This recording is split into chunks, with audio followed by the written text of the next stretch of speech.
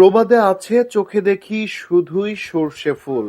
এ কথাটির বাস্তব রূপ মেলে ঝিনাইদহ সদর উপজেলার ফুরসন্দি ইউনিয়নের মিয়াকুণ্ডু গ্রামের বিস্তীর্ণ মাঠ জুড়ে হলুদ সবুজের সমারোহ দেখে।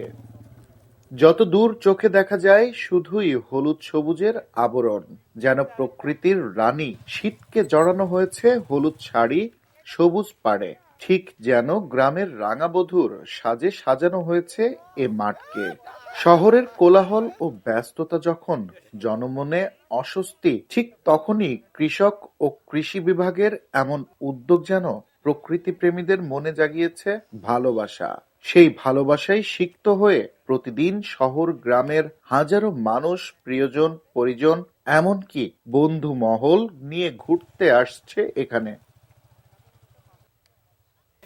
আমার বাসা ঝিনাইদহ শহরে। আমি ফেসবুক থেকেই দেখছি এই স্থানটা ভাইরাল হয়েছে। আমরা বিভিন্ন সোশ্যাল মিডিয়ায় দেখেছি এবং পত্রিকায় দেখেছি। প্রচুর সরিষা আর ফুলগুলো এত সুন্দর যে দেখতেই মন চাচ্ছে। ঝিনাইদহ সদর উপজেলা কৃষি কর্মকর্তা নূরে নবী জানিয়েছেন, এমন একটি দৃষ্টিনন্দন সরিষার আবাদ করে কৃষকের সফলতা আনয়নের লক্ষ্যেই এই প্রয়াস।